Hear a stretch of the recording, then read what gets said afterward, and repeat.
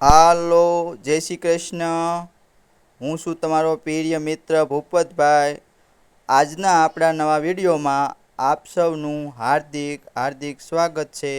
તો આજે મિત્રો આપણે આવી ગયા છીએ એક ધજાળા ગામમાં. તો મારા વાલા મિત્રો, તમે જે આ વિડીયો જોઈ રહ્યા છો તે લોમેવ ધામ ધજાળા ગામની જગ્યાનો આ વિડીયો છે. તો મિત્રો, વિડીયો તમે આગળ સુધી જોજો તો તમને આ જે ધજાળા ગામની જગ્યા છે તેના અહીંના જે ભગવાન જે છે તેના સંપૂર્ણ ભગવાનના તમને દર્શન કરાવશું મંદિરના. અને આજુબાજુમાં કેવું વાતાવરણ છે અને આ જગ્યાનું કઈ જગ્યા ઉપર આવેલી છે તેના તમને સંપૂર્ણ માહિતી આપશું આ વિડીયોમાં. તો મિત્રો, હવે આપણે આ જોવાલાયક સ્થળ જે ધજાળા ગામની જગ્યામાં આ મંદિર આવેલું છે તો આ મંદિરમાં આપણે એન્ટર થઈ ગયા છીએ. તો હવે તમને આ મંદિરમાં એન્ટર થયા એટલે હવે તમને આ મંદિરના સંપૂર્ણ ભગવાનના દર્શન કરાવશું. જે આ મંદિરમાં કયા કયા ભગવાન છે અને આ મંદિર રહ્યું તે રાજસ્થાની પથ્થરમાંથી આ મંદિરનું આખું નિર્માણ કરેલું છે. તો મિત્રો જો હવે આપણે આ મંદિરમાં સૌપ્રથમ તમને રામ, લક્ષ્મણ અને સીતાજીના તમને દર્શન કરાવી છીએ. તો મિત્રો, રામ, લક્ષ્મણ, સીતાજીના તમે દર્શન કરી લો. હવે આપણે આ બીજા મંદિરમાં આવી ગયા છીએ. તો બાજુમાં જ આ મંદિર છે. તો આ બાજુના મંદિરમાં રામદેવ પીરની આ મૂર્તિ છે. તો મિત્રો, આ રામદેવ પીરની મૂર્તિના પણ તમે દર્શન કરી લો. હવે તમને હું એક બાજુમાં જ બીજું મંદિર છે, આ મંદિર સુંદર મજાનું છે, જોવાલાયક છે. તો મિત્રો, તમે અવશ્ય એક વખત આ ધજાળા ગામની જગ્યાની મુલાકાત કરજો, જેથી કરીને તમને અહીંનું વાતાવરણ કેવું છે એ પણ મેં આગળના વિડીયોમાં બતાવશું. અને આ સુંદર મજાની જગ્યા છે જે જોવાલાયક છે. તો મિત્રો, તમે એક વખત અવશ્ય આ જગ્યાની મુલાકાત લેજો. આ અત્યારે આપણે ભાદરવી બીજ છે. ભાદરવી બીજના દિવસે આપણે આ મંદિરમાં દર્શન કરવા માટે આવ્યા છીએ. હવે જો તમને એક આ રાધા કૃષ્ણની મૂર્તિ છે. તો મિત્રો, આ રાધા કૃષ્ણની મૂર્તિના પણ આપણે તમને દર્શન કરાવીએ છીએ. તો મિત્રો, રાધા કૃષ્ણની મૂર્તિના પણ તમે દર્શન કરી લો. જો સુંદર મજાની રાધા કૃષ્ણની મૂર્તિ છે. હવે આપણે બાજુમાં એક બીજું મંદિર છે, બીજા મંદિરમાં જાવીએ છીએ. હવે બીજા મંદિરમાં પણ તમને અહીંના આપણે તો મિત્રો, આ ભાણ બાપુની મૂર્તિ છે. તો આ ભાણ બાપુની મૂર્તિના પણ તમને આપણે દર્શન કરાવીએ છીએ. તો આ ભાણ બાપુની મૂર્તિના પણ તમે દર્શન કરી લો. સુંદર મજાની આરસપાણાના પથ્થરમાંથી આ મૂર્તિનું નિર્માણ કરેલું છે. તો મિત્રો, આ જગ્યા લગભગ 1 એકર જમીન ઉપર આખું મંદિરનું નિર્માણ કરેલું છે અને 1 એકર જમીન ઉપર આખું મંદિર પથરાયેલું છે.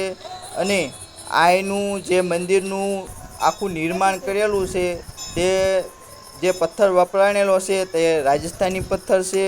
અને આ પથ્થરની કોતરકામ પણ એટલું બધું સુંદર છે જે જોઈ અને તમારી આંખોમાં એક સુંદર મજાનો અનુભવ થાય છે.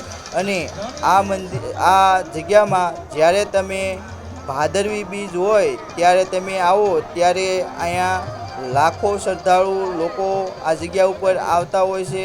અને આ જગ્યા ઉપર નામાસીન કલાકારો આવે છે જે અહીંની સંતવાણીમાં આવતા હોય છે ભજન ડાયરા કરવા માટે.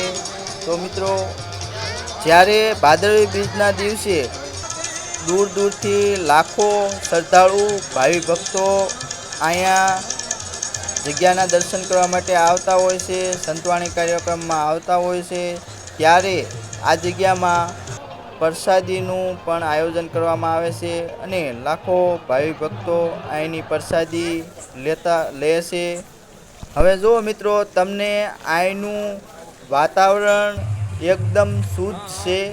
અને અહીંનું વાતાવરણ અને આ જગ્યા બંને જોઈ અને એવું આપણને લાગે છે કે સોનામાં સુગંધ ભળી ગઈ છે. તેવું અહીંનું વાતાવરણ અને આ જગ્યાનું આપણને સુંદર મજાનો અનુભવ થાય છે. તો મિત્રો, તમે આ જગ્યાની મુલાકાત લેવો એટલે અહીંયા આવો એટલે તમને એવું લાગે કે હવે આ જગ્યાઓમાં થી જવાનું નામ જ નથી લેવું, તેવું સુંદર મજાનું આ જગ્યા છે. અને સુંદર મજાની આ જગ્યાનું વાતાવરણ જ એટલું બધું રમણીય વાતાવરણ છે અને શુદ્ધ વાતાવરણ છે. એટલે આપણને અહીંયા બે ઘડી રહેવું તેમ થાય તેવું સુંદર મજાનું આ જગ્યાનું વાતાવરણ છે. મસ્તની જગ્યા છે. તો મિત્રો, મારી તમને નમ્ર વિનંતી છે કે તમે એક વખત અવશ્ય આ ધજાળા ગામની જગ્યાની મુલાકાત લેજો. પછી તમને બહુ મજા આવશે. તેવી સુંદર મજાની ધજાળા ગામની જગ્યા છે. તો મિત્રો, તમને આ સંપૂર્ણ આપણે જગ્યાના દર્શન કરાયા. તો તમને આ જે જગ્યાના દર્શન કરાયા તે જગ્યા તમને કેવી લાગી તે સંપૂર્ણ ભગવાનના દર્શન તમને કરાયા. તો મિત્રો, આ જગ્યા કેવી લાગી તે તમારે કોમેન્ટમાં લખીને આપણને જણાવવાનું છે. તો મિત્રો, કોમેન્ટમાં તમે લખજો કે તમે આ જગ્યા જે બતાવી તે તમને કેવી લાગી. અને જે મિત્રો આ વિડીયો અત્યારે જોઈ રહ્યા હોય અને જે મિત્રોએ આ જગ્યાના સંપૂર્ણ દર્શન કરેલા હોય તે મિત્રનું કોમેન્ટમાં નામ લખજો. જે મિત્રોએ જોઈ હોય આ જગ્યા તે કોમેન્ટમાં નામ લખજો એટલે આપણને ખબર પડે કે કેટલા મિત્રોએ આ જગ્યા જોયેલી છે અને આ જગ્યા ક્યાં આવેલી છે. તો મિત્રો, આ સંપૂર્ણ જગ્યા સુંદર મજાની છે એટલે બીજા મિત્રો પણ આ જગ્યાના દર્શન કરી શકે એટલા માટે બીજા મિત્રોને આ વિડીયો આપણે શેર કરી દેવાનો છે, જેથી કરીને બીજા મિત્રો આ જગ્યા ઉપર આવી અને આ સંપૂર્ણ સુંદર મજાની જગ્યાના દર્શન કરી શકે. અને મિત્રો, આ જે વિડીયો જોઈ રહ્યા હોય તે મિત્રો ચેનલમાં નવા હોય તો મિત્રો તમે ચેનલને સબસ્ક્રાઈબ કરી લેજો, જેથી કરીને આપણે આવા વિડીયો બનાવતા હોઈએ છીએ. એટલે તમે મિત્રો ચેનલ સબસ્ક્રાઈબર કરેલી હોય એટલે જ્યારે હું આવા વિડીયો બનાવું એટલે સબસ્ક્રાઈબર મિત્રોને સૌથી પહેલાં તમને મારો આ વિડીયો જોવા મળે એટલા માટે પ્લીઝ મિત્રો ચેનલને સબસ્ક્રાઈબ કરી લેજો. તો મિત્રો, વિડીયો થોડોક લાંબો થઈ ગયો છે એટલે હું તમારી પાસે માફી માંગુ છું. અને આ વિડીયોમાં કંઈ પણ મારે બોલવામાં થોડી ઘણી ભૂલ હોય તો તમારો ભાઈ સમજીને માફ કરી દેજો.